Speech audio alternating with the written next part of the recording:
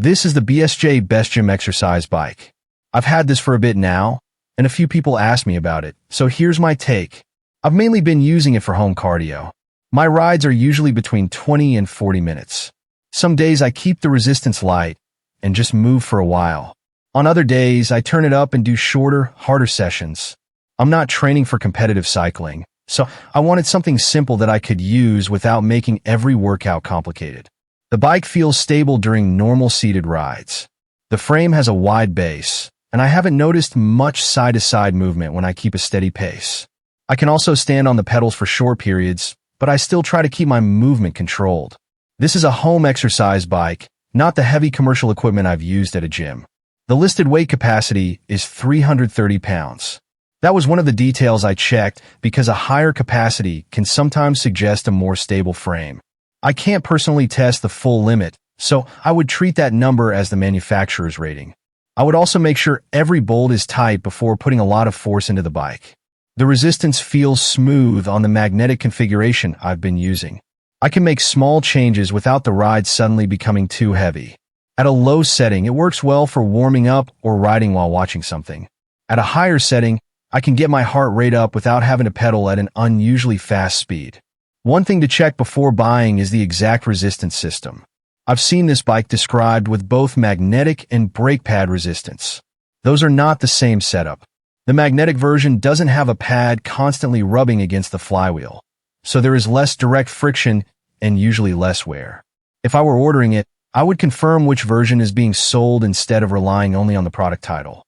Noise was another concern I had. I live in a space where loud exercise equipment would get annoying very quickly. In my use, the belt drive stays quiet. I mostly hear the pedals moving and a soft mechanical sound from the bike. The company mentions a noise level below 25 decibels, but I didn't measure it, so I can't confirm that number. I can only say that it hasn't been distracting during my workouts. It is quieter than some lower-cost friction bikes I've tried. Those bikes sometimes develop a light rubbing or squeaking sound as the brake pad wears. This one has been easier to use while watching a video at a normal volume. I would still put a mat underneath it. The mat helps with small vibrations, protects the floor, and catches sweat. The seat can be adjusted, and the handlebars can also be moved to help with riding position. It took me a few attempts to find a setup that felt right. I adjusted the seat, so my knees stayed slightly bent when the pedal reached the bottom. When I had the seat too low, I felt more pressure around my knees. Moving it up a little made longer rides more comfortable. The seat itself feels like a typical indoor cycling seat. I wouldn't call it especially soft. During my early rides, I noticed some soreness after about half an hour. That became less noticeable over time, but I still think seat comfort will depend on the person. A padded cover is an easy option if the standard seat feels too firm. The handlebars give me a few places to rest my hands. I like being able to change position during a longer ride. The adjustment range should work for many body sizes, though I would still check the listed dimensions if I were very short or very tall.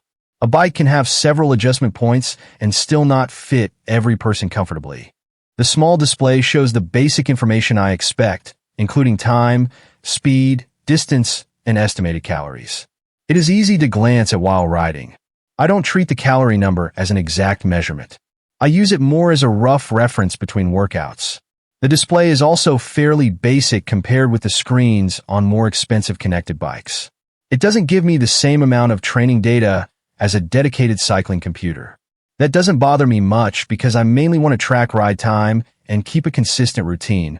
If accurate power data, detailed training zones, or structured cycling programs are important to me, I would look at a more specialized bike. Bluetooth and app support are included. I was curious about that because I like keeping a record of my workouts. Connecting the bike took a little time, and the app side feels less polished than the bike itself. It can be useful for basic tracking, but I wouldn't choose this model only because of the app. App compatibility can also change depending on the phone and software version, so I would check the current app information before buying. The tablet holder has been more useful to me than I expected. I can place a tablet or phone where it is easy to see without holding it. I've used it for workout videos, music, and regular streaming. It keeps longer rides from feeling repetitive. I do check that the device is sitting securely before I start pedaling harder. There is also a bottle holder. It is a simple feature, but I use it on nearly every ride. I don't have to stop or reach over to a table when I need water. Assembly took more time than I expected.